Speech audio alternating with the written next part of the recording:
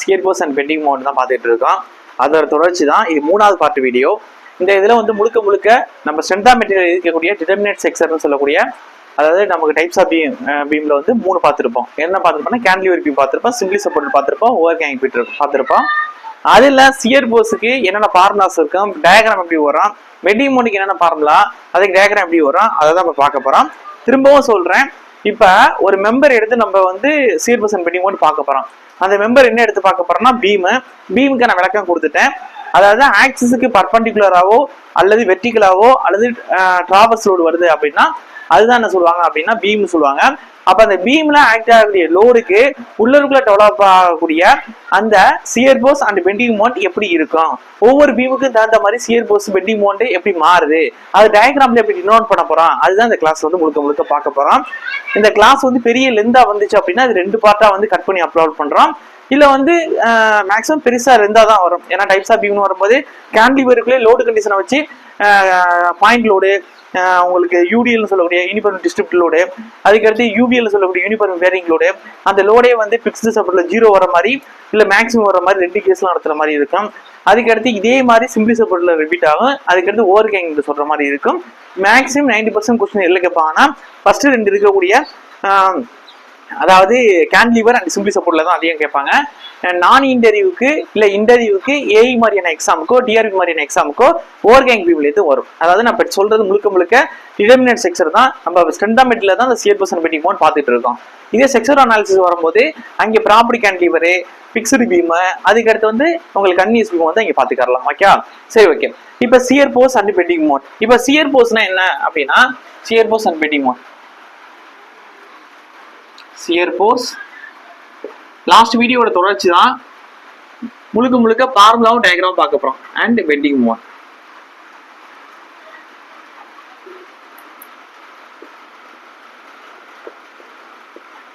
Bending moment. Okay, இப்ப ஒரு beam எடுத்துக்கிறேங்க. ஓகே, ஒரு பீம் எடுத்துக்கிறோம். இப்படி ஒரு பீம் எடுத்துக்கிறோம் வச்சுக்கோங்க. 2 டைமென்ஷன்ல எடுத்துக்கிறேன். ஒரு பீம் இருக்கு. இந்த பீமுக்குள்ள லோடு வருதுன்னு வச்சுக்கிறேன். உங்களுக்கு தெரியும் இப்ப டபிள்யூங்கிற லோடு வருது உள்ளக்குள்ள. இந்த லோடு வந்து யூடிஎல் வரலாம், நான் பாயிண்ட் லோடா கொடுத்துருக்கேன். யூவிஎல் அப்படி என்னாலும் வரலாம். ஃபர்ஸ்ட் பேசிக்கான விஷயங்களை பார்த்துறோம். இந்த லோடு வரும்பொழுது இப்ப இங்க வந்து ஒரு கிஞ்சிரி கொடுத்துருக்கோம், இங்க ஒரு ரோடு சப்போர்ட் கொடுத்துருக்கோம் வச்சுக்கிறேங்க. ஓகே, இந்த பீமுக்கு இந்த லோடு வரும்பொழுது இந்த பீம் வந்து உங்களுக்கு சொல்லிடுவீங்க எப்படி இருக்குன்னா இப்படி பெண்ட் ஆகும் அப்படின்னு சொல்லுவீங்க. ஓகே, அப்ப இப்படி பெண்ட் ஆகுதுன்னு நீங்க சொல்றீங்க. இப்ப நான் என்ன சொல்ல வரேன் அப்படின்னா, அப்ப இந்த பீமை வந்து நல்லா கவனிச்சுக்கிறேங்க. எக்ஸ்ட்ரலா ஒரு லோடுல வருது, ஒரு 10 கிலோமீட்டருங்கிற அளவுக்கு லோடு வருது.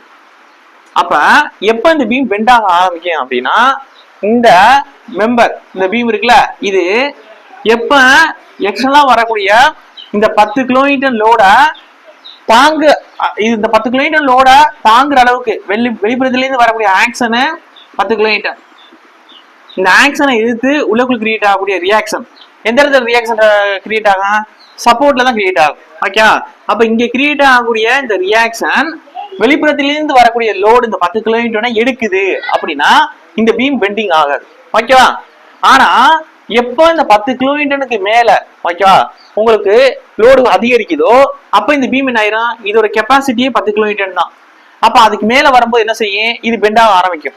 அப்ப உங்களுக்கு நல்லா தெரிஞ்சுக்கணும், எப்ப இந்த 10 கிலோமீட்டருக்கு மேல லோடு மேல போகுதோ அப்ப வெளிப்புறத்திலிருந்து வரக்கூடிய ஆக்ஷனை உள்ளுக்குள்ள டெவலப் ஆகக்கூடிய ரியாக்ஷனை விட கூட போகும் பொழுது அப்ப இந்த பீம் என்ன ஆயிரும், கொஞ்சம் ஃபர்ஸ்ட் வளையும், அதுக்கடுத்து ஒரு லிமிட்டுக்கு மேல என்ன ஆயிரும்னா உடஞ்சிரும். இது உங்களுக்கே தெரியும். இப்ப திரும்பவும் சொல்றேன், எக்ஸ்டர்னலா வரக்கூடிய இந்த ஆக்ஷனுக்கு எதிர்த்து உள்ளுக்குள்ள ஒரு ரியாக்ஷன் கிரியேட் ஆகுது தெரியுமா, அதுதான் சியர் போர்ஸ். அப்ப சியர் போர்ஸை பாக்குறதுக்கு முன்னாடி ஃபர்ஸ்ட் போர்ஸ் எல்லாம் ஆல்ரெடி பேசிக்கல் நிறைய நடத்திட்டேன். இப்ப போர்சஸ ஓகே, போர்சஸ நம்ம நார்மல் போர்சஸ் இப்ப டிப்ளமோக்கு நடந்துச்சுல டேடியோ எக்ஸாம், அந்த எக்ஸாம்லயோட கேட்டிருந்தேன் அந்த கொஸ்டின். ஒண்ணு நான் போர்சஸ ஒன்னு நார்மல் போர்சஸ் பிரிக்கலாம், அதாவது டைரக்ட் போர்சஸ் பிரிக்கலாம். இன்னொன்னு இன்டைரக்ட் போர்சஸ், அதாவது இன்னொன்னு இன்டைரக்ட் போர்சஸ்னு பிரிக்கலாம். இப்ப இந்த டைரக்ட் போர்சஸ்ல உங்களுக்கு என்ன வரும்னா டென்சைல் வரும், டென்சைல் போர்ஸ் வரும். இன்னொன்னு என்ன வரும் அப்படின்னா கம்ப்ரசிவ் போர்ஸ் வரும், கம்ப்ரசிவ் போர்ஸ் வரும். அதாவது இந்த டைரக்ட்ல இல்லாட்டி இதோட எப்படி பிரிக்கலாம் உங்களுக்கு அப்படின்னா நார்மல் போர்சஸ் பிரிக்கலாம். ஓகே, இந்த டென்சைல் கம்ப்ரசிவ் இது ரெண்டும் என்னன்னா நார்மல் போர்சஸ். நல்லா கவனிக்கணும், நார்மல் போர்சஸ். இந்த இன்டைரக்ட் போர்சஸ்ல என்ன வரும் அப்படின்னா பெண்டிங், இன்னொன்னு டார்சன், பெண்டிங் டார்சன். அப்ப நல்லா கவனிக்கணும். அப்ப போர்சஸ் அதுக்கான விளக்கத்தை நான் பார்த்தாச்சு. டென்சைல் போர்சஸ் என்ன அப்படின்னா இப்படி ஒரு மெம்பர் இருக்கு, இந்த மெம்பரை ஆக்சிஸை பொறுத்து ரெண்டு புறம் என்ன செய்யறோம்னா ஃபுல் பண்றோம், பிடிச்சி இழுக்கிறோம். அப்ப இது என்ன போர்ஸ் அப்படின்னா வெளிப்புறமா பிடிச்சி என்ன செய்யறோம், இழுக்கிறோம். அப்ப இதுல என்ன நடக்கும், எலாங்கிடேஷன் நடக்கும். இந்த பார் எப்படி இருக்கும், இந்த அளவுக்கு எலாங்கிடேஷன் நடக்கும். அப்போ ஒரிஜினல் பாருங்கிற லென்த் இது எல்லுன்னா இது வந்து டெல்டா எல் அப்படிங்கிற அளவுக்கு எக்ஸ்பேண்ட் ஆகும். ஓகே, அப்ப இங்க என்ன செய்யுது, விரிவடையுது, எலாங்கிடேஷன் நடக்குது, எக்ஸ்பேண்ட் நடக்குது. அப்ப இது என்ன போர்ஸ்னா டென்சில் போர்ஸ்.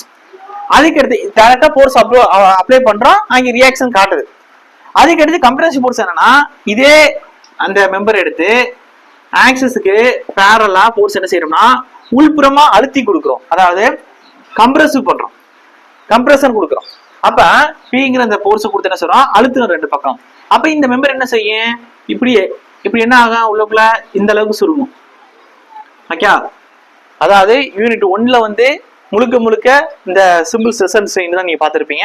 நான் வந்து டென்சைல் ஸ்ட்ரெஸ் ஸ்ட்ரெயின் அதுக்கு உள்ளுக்குள்ளே நான் போகல, நான் சியர் பர்சன் பெண்டிங் மோட்ல வச்சு தான் இங்க சொல்ல போறேன், அதுக்கு தான் சொல்லிட்டு இருக்கேன். அப்ப இங்க என்ன செய்யுது, பிடிச்சி கம்ப்ரஷன் பண்ணுது. அப்ப டைரக்டா நம்ம என்ன கொடுக்குறோம், இங்க டென்சைல் போர்ஸ் கொடுக்குறோம், இங்க கம்ப்ரசிவ் போர்ஸ் கொடுக்குறோம், இங்க டைரக்டா அப்ளை பண்றோம், உள்ளுக்குள்ள மாற்றம் வரும். ஆனா அதனாலதான் என்ன சொல்றோம்னா டைரக்ட் போர்சஸ்ன்னு சொல்றோம். அப்ப இந்த டைரக்ட் போர்சஸ்க்கு இன்னொன்னு எப்படி சொல்லலாம்னா நார்மல் போர்சஸ்ன்னு சொல்லலாம். இப்ப இன்டைரக்ட் போர்சஸ் என்ன அப்படின்னா இப்ப லோடு வருது, லோடு வந்ததுக்கு அப்புறம் அந்த லோடு எடுக்கக்கூடிய லிமிட்டை கிராஸ் பண்ணிருச்சு இந்த மெம்பர் அப்படின்னா என்ன செய்யுது, பெண்ட் ஆகுது, வளையுது. அப்ப இந்த வளையுது தெரியுமா, அப்ப இது என்னது, நமக்கு லோடு வருது, லோடு வந்துட்டு அது வந்து லோடு எடுத்துக்கிட்டு இருக்கு, அப்பனா எதுவுமே வளையல.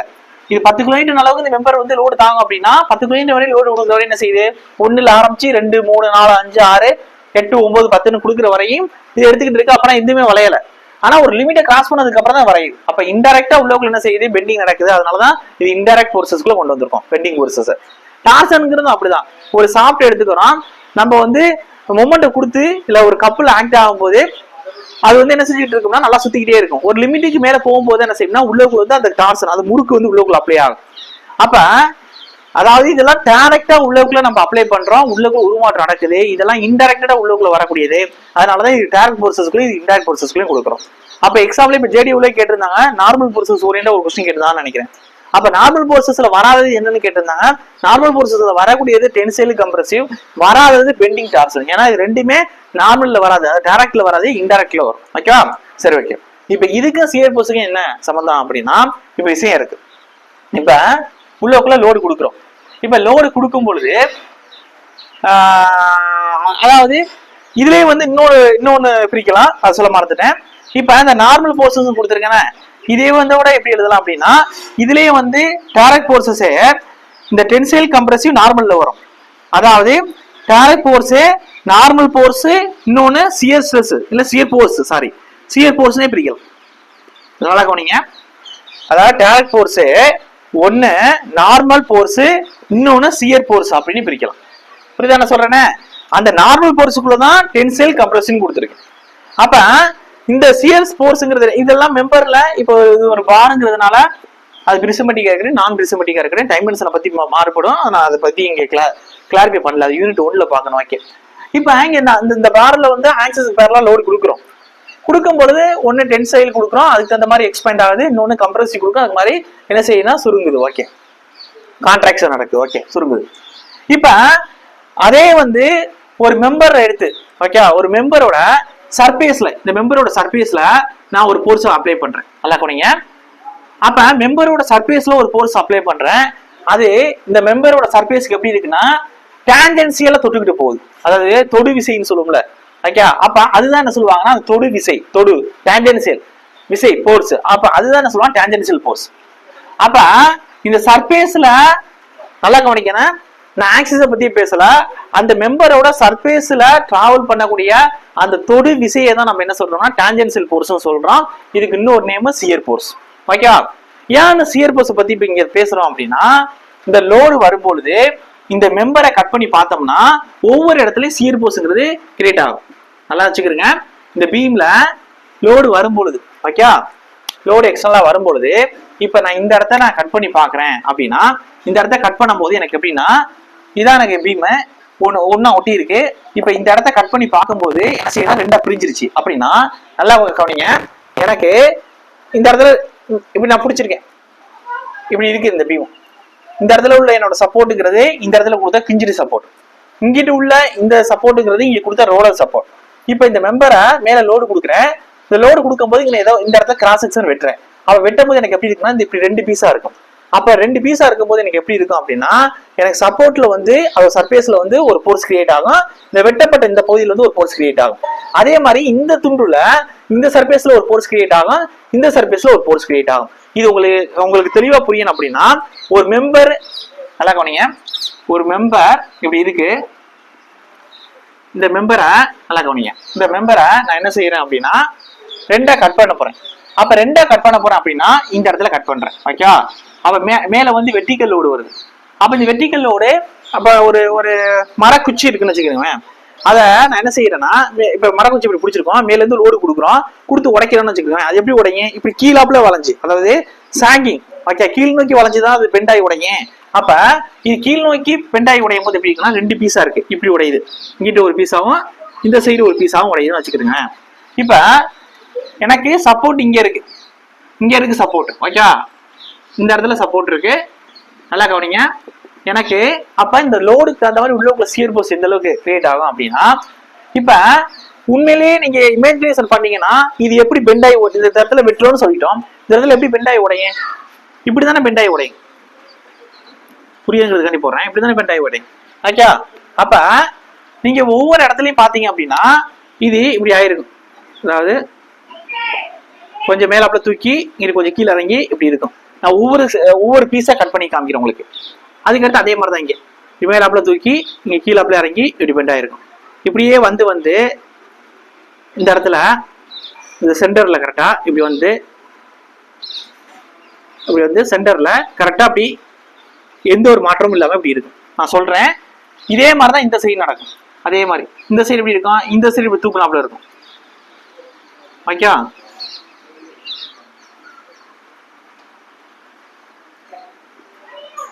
இந்த சைடு தூக்குனாப்புல இருக்கும். கொஞ்சம் பெரிய கான்செப்ட் தான், கொஞ்சம் ஸ்லோவா எந்த அளவுக்கு சொல்ல முடியுமோ சொல்றேன். புரிஞ்சிருச்சுன்னா அவ்வளவுதான்.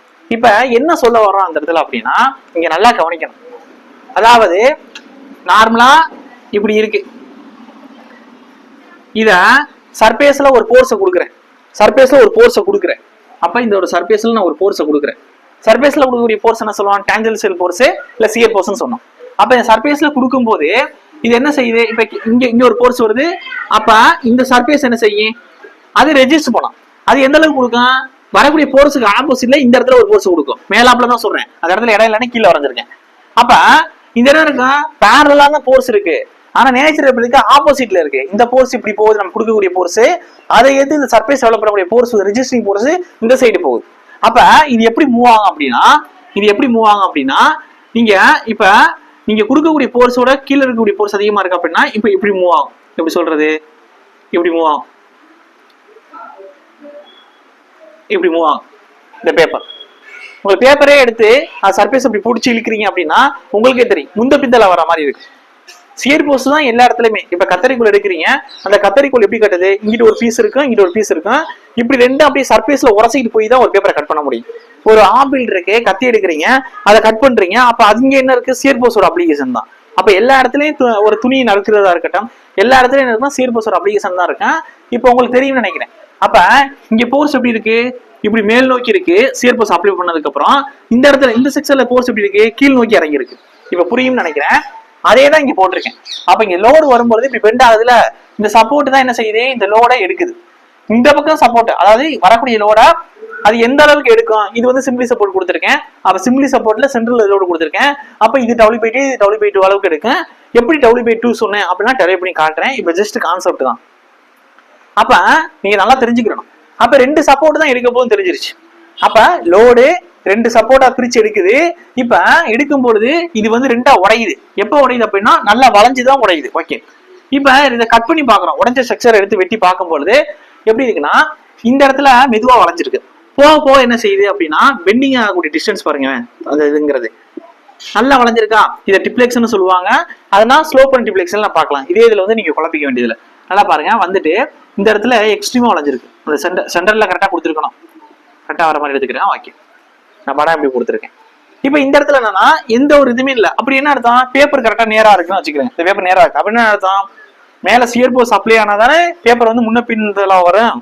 அப்ப அது கரெக்டா இப்படி இருக்கு, அப்படி ஒரிஜினல் பொசிஷன்ல இருக்கு அப்படின்னு அர்த்தம் சர்ஃபேஸ்ல எங்கேயுமே சியர் போர்ஸ் அப்ளை ஆகலன்னு அர்த்தம்.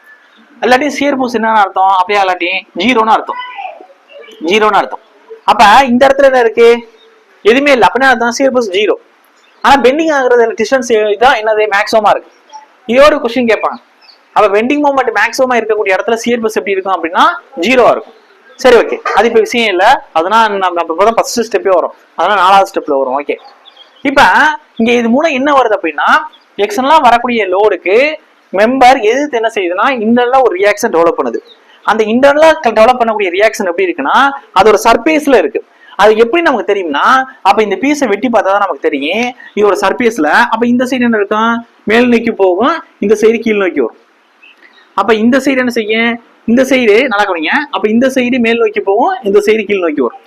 ஓகே, எது இந்த செக்ஷன் கட் பண்ணிருக்கீங்களா, அது எக்ஸ் டு எக்ஸ் செக்ஷன் இங்க கட் பண்ணிருக்கோம்ல அதான். ஓகேவா, அப்ப இது 3 டைமென்ஷன்ல பாத்தீங்கன்னா அதோட சர்ஃபேஸ்ல இருக்கு. 3 டைமென்ஷன்ல பாத்தீங்க அப்படின்னா இந்த பாக்ஸ் எடுத்து இந்த மெம்பர் எடுத்து பார்த்தோம் அப்படின்னா அதோட சர்ஃபேஸ்ல இந்த சைடு பார்க்கும்போது இங்க வந்து எனக்கு மேல் நோக்கி போகும். ஓகே, அதே இந்த சைடு பார்க்கும்போது இது கீழ் நோக்கி இறங்கியிருக்கும். அதே இங்க பார்க்கும்பொழுது அதே மாதிரிதான்.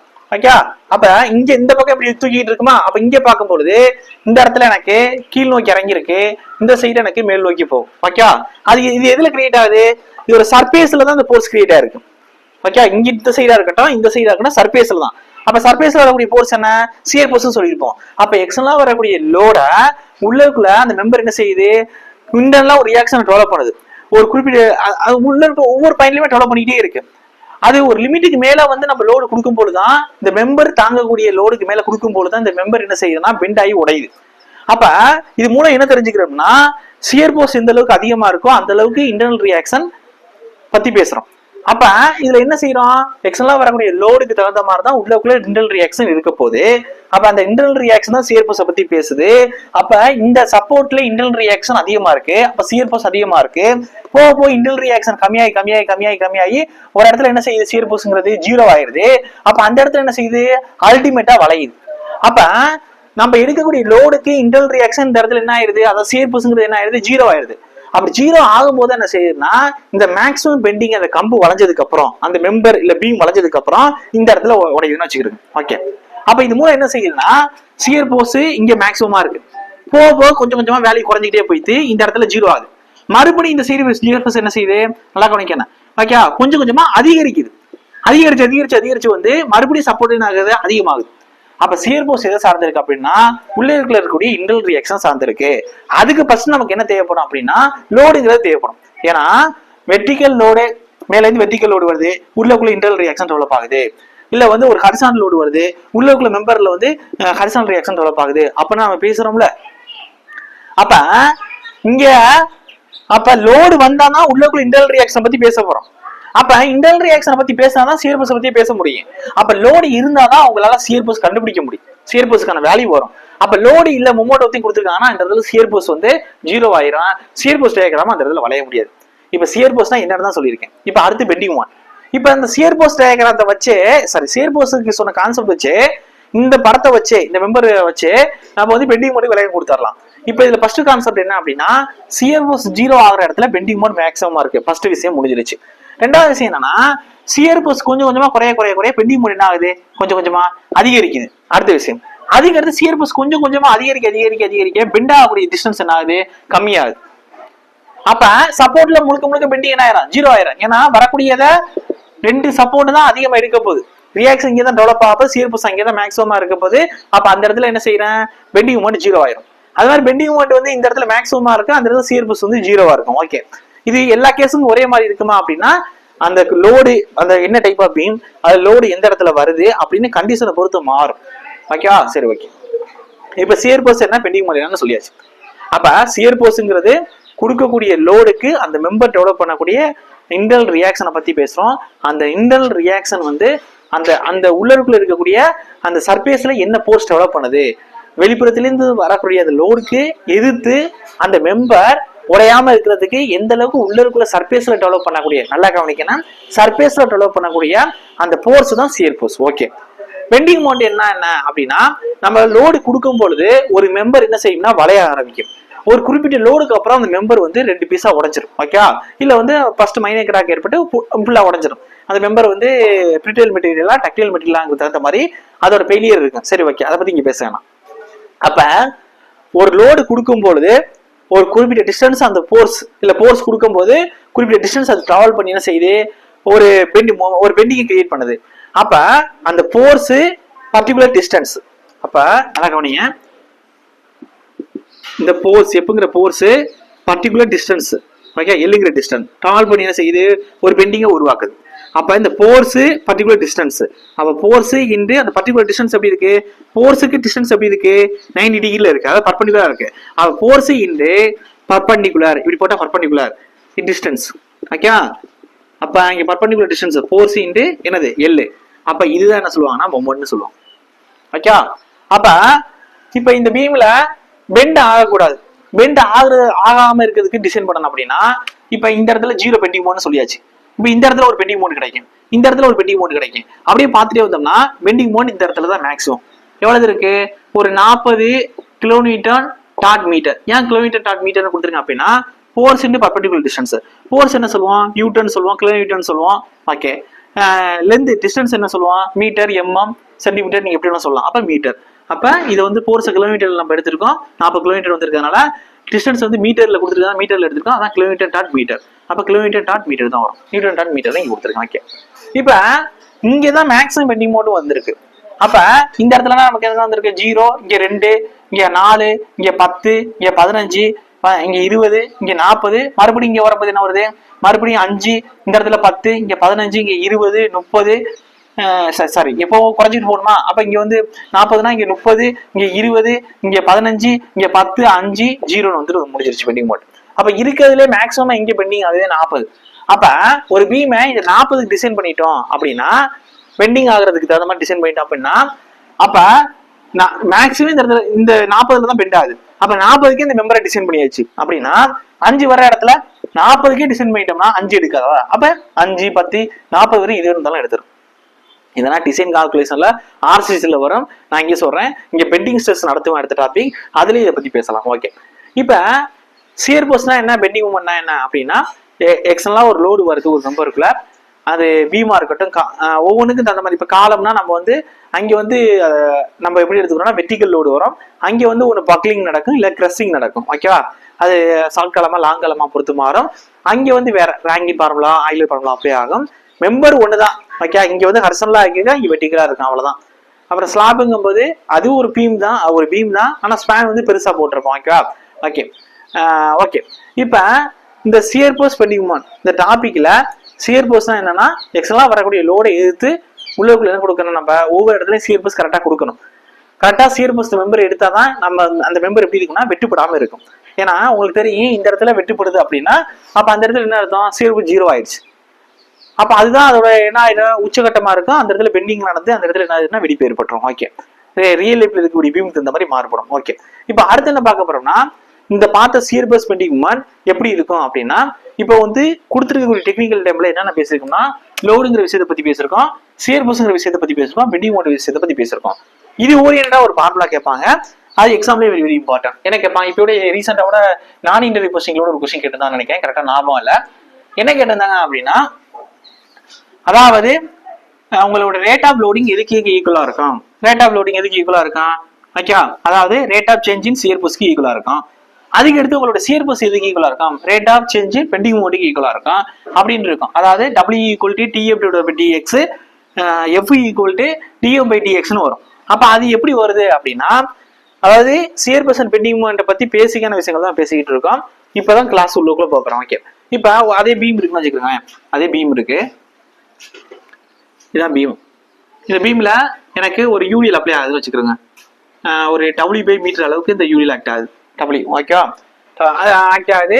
நான் என்ன செய்யறேன்னா உங்களுக்கு டோட்டல் லோடு கண்டுபிடிப்பீங்களா, கண்டுபிடிச்சு என்ன செய்யுங்க, அது ரிசல்ட் என்ன விட்டுவீங்க, ரெக்டாங்குலர் பீம்னால இங்க வச்சுக்கிறேன், Wன்னு வச்சுக்கிறேன். ஓகேவா, ஓகே. இப்ப நல்லா கவனிக்கும், இங்க ஒரு போர்ஸ், ஓகே, இங்க ஒரு போர்ஸ், இது வந்து டிஸ்டன்ஸ், இங்கே நீங்க டிஸ்டன்ஸ் வந்து dx வச்சுக்கலாம். ஓகே, அப்ப எப், அப்ப இதுக்கு ஆப்போசிட்டா இங்க வந்து வர லோடுக்கு என்ன செய்யறேன், இங்க டெவலப் ஆகுது. ஓகே, அப்ப எப் சம் டிஸ்டன்ஸ் டிராவல் பண்ணிருக்கா, அப்ப எப் பிளஸ் dx. இந்த இடத்துல லோடுக்கு மொமெண்ட் எம் ஆன்டி கிளாக்ஸ்ல போட்டிருக்கேன். அப்ப இங்க எப்படி இருக்கும் உங்களுக்கு, கிளாக் வைஸ். Okay, okay. இப்ப இங்க அதே எம் dx அளவுக்கு இருக்கா, இங்க என்ன எழுதணும்னா எம் பிளஸ் dx.